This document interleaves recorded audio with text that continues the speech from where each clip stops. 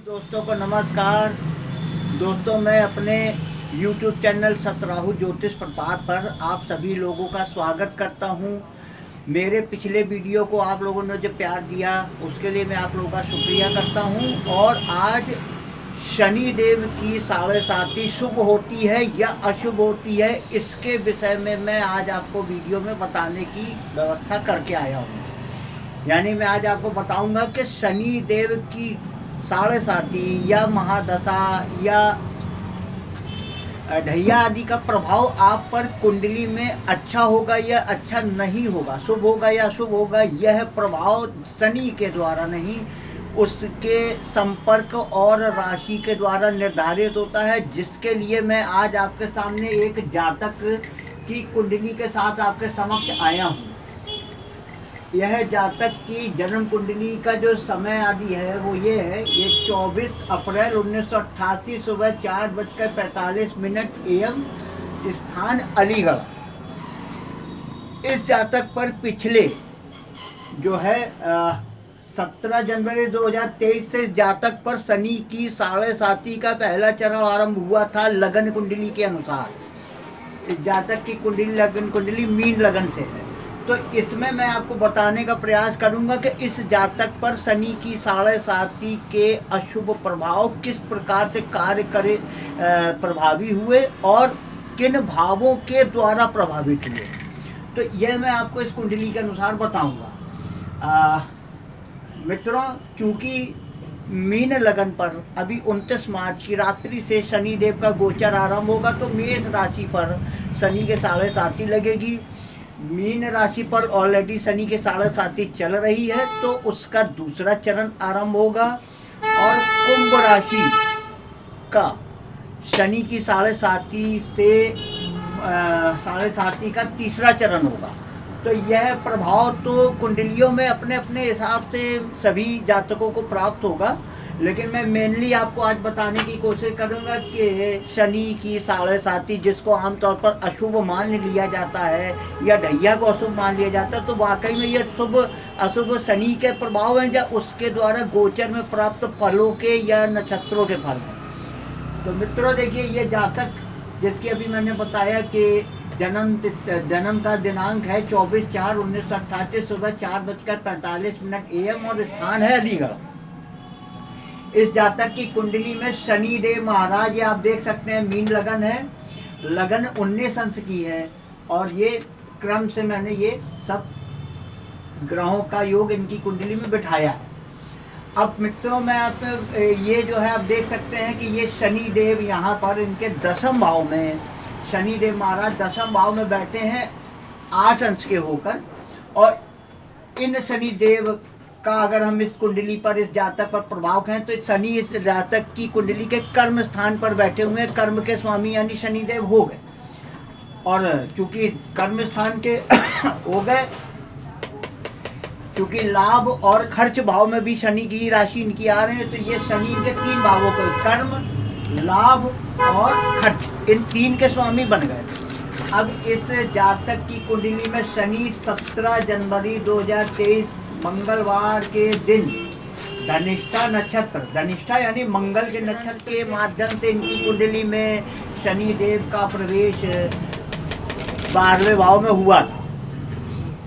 अब इनके ऊपर ये शनि का गोचर 7:30 व्यक्त करता है लगन कुंडली के अनुसार, परंतु इन्हें यह जातक 7:30 के माध्यम से जो शनि के दोष होते हैं उसमें तो इसका प्रभाव नहीं के जैसा था, लेकिन ये अशुभ शनि की 7:30 इस जातक पर इसलिए प्रभावी हो गई क्योंकि पहली चीज के जिस नक्षत्र में ये 12वें भाव में इस जातक के गए, वो नक्षत्र धनिष्ठा मंगल का नक्षत्र है। और मंगल इनका शनि की राशि में स्वयं बैठा है उच्च का होकर के, और ये 12वें भाव में गए, तो इन्हें फलित किस चीज़ के मिले? शनि के खर्च करने के संबंध में, शनि के खर्च करने के संबंध में पहला, क्योंकि ये खर्च भाव है ना, तो खर्च करने के संबंध में इन्हें शनि के प्रभाव प्राप्त हुए, क्योंकि शनि खर्च कहाँ का कराएंगे? ये कर्म के। तो इस जातक की कुंडली के शनि जब यहाँ पर आए, 12वें भाव में आए, तो इन्होंने इस जातक को एक थॉट दिया, एक विचार दिया कि काम करने के संबंध में, यानी कार्य का कारक बन गया ना शनि, तो कार्य का और मेहनत, मंगल यानी मेहनत के कारक हो जाते हैं मकर राशि में। तो मेहनत करेंगे यानी कि कार्य के लिए खर्च करेंगे और मेहनत करेंगे तो लाभ मिलेगा। यह थॉट, यह विचार शनि देव महाराज के माध्यम से इस जातक को प्राप्त हुआ। पहला यानी कि दसम भाव के संबंध में जो है वो दसम भाव जो है पिता का भी होता है और हमारे कर्म का होता है, कारोबार का होता है, पद प्रभुता, यानी कि एक तरीके से कह सकते हैं कि कुल मिला के जो तरक्की के, जीवन के तरक्की के विषय में विचार दसवां भाव व्यक्त करता है। वो कई तरीके से पदोन्नति की बात करता है। तो पदोन्नति मतलब आज की तारीख में जो हमें उससे आगे बढ़ना, ये थॉट दसम भाव से है। यह यहाँ पर इन्हें मिला किस तरीके से कि कर्म के संबंध में खर्च करेंगे तो हमें लाभ मिलेगा, हमारा काम बढ़ेगा, कारोबार बढ़ेगा। मेन यहाँ पर थॉट जातक को शनि के द्वारा 12वें भाव में जा करके प्रदान किए गए। अब व्यवस्था ये बनती है कि यह अशुभ क्यों हो गया, मतलब इस जातक के द्वारा शनि ने ये तो इन्हें प्रदान कर दिया कि पैसों का प्रबंध करो, कर्ज लो, क्योंकि यहाँ से शनि सीधे यहाँ देखते हैं सिंह राशि को, कर्ज की राशि। तो यहाँ पर क्या पिता से भी संबंधित बात घटित हुई और पुत्र से भी संबंधित, यानी जिस जातक की कुंडली है उसको भी यही थॉट आए और जिस चूँकि पिता स्थान से भी संबंधित बना तो जातक को यह भी थॉट आए कि पिता का भी कार्यक्रम बढ़े आगे। तो अब मित्रों ये थॉट तो इन्होंने दे दिए, लेकिन अशुभ कैसे हो गए? अशुभ होने का मुख्य कारक जो बन गया वो राहु बन गया, जो कि इनकी कुंडली के लगन भाव में ऑलरेडी बैठा हुआ है। तो मित्रों यहाँ पर ये शनि की 7.5 का दोष यहाँ पर नहीं आता है। यहाँ पर शनि की 7.5 का दोष केवल इसलिए आ जाता है जो कि शनि के द्वारा नहीं है। इस भाव में लगन कुंडली में इस जातक के यहाँ पर राहु बैठे हुए 27 अंश के, जो कि एक ऐसा योग है जैसे कि भाई राहु है या केतु है। ये चूंकि हमेशा वक्री चलते हैं, तो वक्री होने का मतलब ये कि अगर अधिक अंश पर कोई ग्रह है तो वो अधिकतम भाव को कवर करता है, यानी 27 अंश तक ये इसको कवर करेगा, राहु खर्च भाव को। तो यहाँ पर शनि के संबंध में इस जातक के द्वारा वर्ष 2023 के जनवरी महीने से ही काम के संबंध में इस जातक ने अपने कारोबार, काम को बढ़ाने के संबंध में बहुत सारे जतन और प्रयास करे और ये थॉट इसको शनि ने दिए। कर्ज भी लिया और भी तरीके से बहुत सारे प्रयासों के माध्यम से इस जातक ने अपने कर्म को बढ़ाने का प्रयास किया, कार्यों को बढ़ाने का प्रयास किया, लेकिन इनके इन सभी कार्यों को यहाँ पर बैठे हुए राहु के द्वारा खंडित किया गया, विवादित किया गया और कष्टपूर्ण किया गया। तो यहाँ पर क्या है कि शनि का गोचर ऐसे समझिएगा कि गोचर का शनि, यहाँ पर शनि एक तरीके से इसको आप ऐसे कह सकते हैं कि शनि का गोचर राहु पे होने के कारण शनि लगातार प्रयास करता रहा, यानी ये जातक लगातार कारोबार के संबंध में प्रयास करता रहा, खर्च करता रहा, कर्ज लेता रहा, दुनिया भर के उसने अपने कार्य को बढ़ाने के लिए के संबंध में प्रयास किए, लेकिन इनके इस प्रयासों को राहु के द्वारा रोक दिया गया। अब यह क्या है कि इसमें क्या होता है कि व्यय भी होती है, हानि भी होती है, मतलब ये जो है व्यय कारक भी है, हानिकारक भाव भी कहा जाता है। और क्योंकि ये जातक के शनि से संबंधित है तो इन्हें यह लाभ, मतलब जो परेशानियाँ हुई वो ये कि कर्म भी करने में दिक्कतें हुई, कर्म करके काफ़ी मेहनत करी वो भी दिक्कतें हुई, और जो लाभ कर्म करके लाभ होना चाहिए वो भी इन्हें बाधित हुआ। यानी कि खर्च तो खूब हुआ लेकिन लाभ प्राप्ति में रुकावट राहु के द्वारा डाली गई। और यहाँ से राहु 1 2 3 4 5 कर्म यानी सुख स्थान को भी देखता है, 1 2 3 4 5 6 7 कर्ज स्थान को भी देखता है और 8 9 ससुराल पक्ष को भी देखता है। तो इस बंदे को, इस जातक को परिवार यानी निवास स्थान से संबंधित भी परेशानियां हुई, कर्ज के संबंध में भी परेशानियां हुई, रोग के संबंध में भी परेशानियां हुई, और ये ससुराल पक्ष है इससे भी तनाव, परेशानी, यह सब इसके जीवन काल में हुई। तो ये क्यों हुई कि शनि राहु पर गोचर कर रहे हैं, यानी लगन कुंडली के राहु पर गोचर के शनि का होने से यह जो शनि की लगन कुंडली से 7.5 थी, ये 7.5 राहु के कारण दोषपूर्ण हो गई। तो मित्रों, जैसे शनि का गोचर जिस भाव में होता है उस भाव के कारक तत्व तो हम पर जीवन में लागू होते हैं, और जिस ग्रह से मिल जाता है उसके कारक तत्व भी शनि के कारक तत्वों को प्रदान हो जाते हैं, यानी जुड़ जाते हैं। तो उसमें अगर वो शुभ है तो अच्छे लाभ, और अशुभ है तो अच्छे लाभ। जैसे मैंने जातक को ये जानकारी दे दी है कि मार्च 2025 के 29 मार्च 2025 के बाद शनि का गोचर इसके लगन कुंडली में हो जाएगा।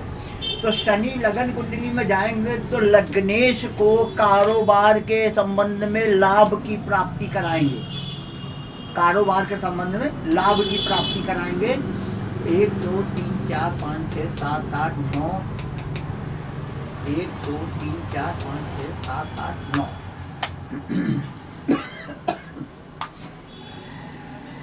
1 2 3 4 5 6 7 8 9। बहुत अच्छी बात है कि इनके परिवार के द्वारा, देखिए गुरु यहाँ पर है, लगन के और दशम के स्वामियों का तो गुरु की दृष्टि यहाँ बनी, यानी इन्हें अपने परिवार का, कुटुंब का सहयोग प्राप्ति के योग बहुत अच्छे हैं। तो अब जो गुरु शनिदेव महाराज मार्च तक का समय इन जातक के लिए कारोबार के संबंध में अच्छा नहीं है, लेकिन अब जो मीन राशि में इनका जो शनि जाएगा मार्च के बाद, तो क्योंकि गोचर के राहु इस समय लगन भाव नहीं है तो थोड़ा सा दिक्कत देंगे, लेकिन कारोबार के संबंध में जातक को ये जो शनि का गोचर जो मीन राशि पर होने जा रहा है, इसमें यह जातक को कारोबार के संबंध में लाभ मिलेगा, क्योंकि शनि लगन में जाएंगे और 10वीं दृष्टि से अपने ही दशम भाव को देखेंगे, तीसरी दृष्टि से पराक्रम भाव को देखेंगे, मित्र राशि और मित्र भाव का स्वामी भी यहीं पे बैठा है, और 7वीं दृष्टि से छठी राशि कन्या को देखेंगे, तो ये भी इनका एक प्रकार से मित्र की ही राशि है। और 10वीं दृष्टि से देखेंगे शनिदेव स्वयं धनु राशि को, जो कि लग्नेश की ही दूसरी राशि है भाग्य स्थान की। तो धीरे धीरे करके भाग्य की प्रबलता इस जातक की आरंभ होने जा रही है। तो मैंने आज आपको ये बताने का प्रयास किया है कि शनि की 7.5 का जो योग है होता है वो अच्छा है या बुरा है, यह केवल शनि के आधार पर नहीं होता है। शनि किस भाव में जा रहे हैं, किस राशि में जा रहे हैं, उसका राशि का स्वामी किस प्रकार से बैठा है, तो यह सभी चीज़ें इसमें योग फल में आती हैं। मित्रों, ये आज की मेरी वीडियो थी, जो मैंने एक उदाहरण कुंडली के साथ में रहकर आपको शनि के 7.5 के दोष के रूप में या शुभ है इसके रूप में बताने की कोशिश की है। मेरे चैनल सतराहु ज्योतिष प्रपात पर आपका मैं स्वागत करूंगा, और चाहूँगा कि आप लोग ये वीडियो देखें और अपनी कुंडली का विश्लेषण या कुछ अगर आप उसमें जान सके तो देखें, और मुझसे अगर आपको कोई सहयोग चाहिए हो तो मैं भी आपका सहयोग करूंगा। हमारा ये नंबर लिखा हुआ है, ये चैनल का नाम लिखा है, और मेरे चैनल को लाइक करें, सब्सक्राइब करें, और यदि आपके मित्रों को भी शेयर करते हैं तो आपका बहुत बहुत धन्यवाद होगा। सब्सक्राइब करने वालों को मैं शनि मुद्रिका निःशुल्क पहुंचाने की व्यवस्था करूंगा।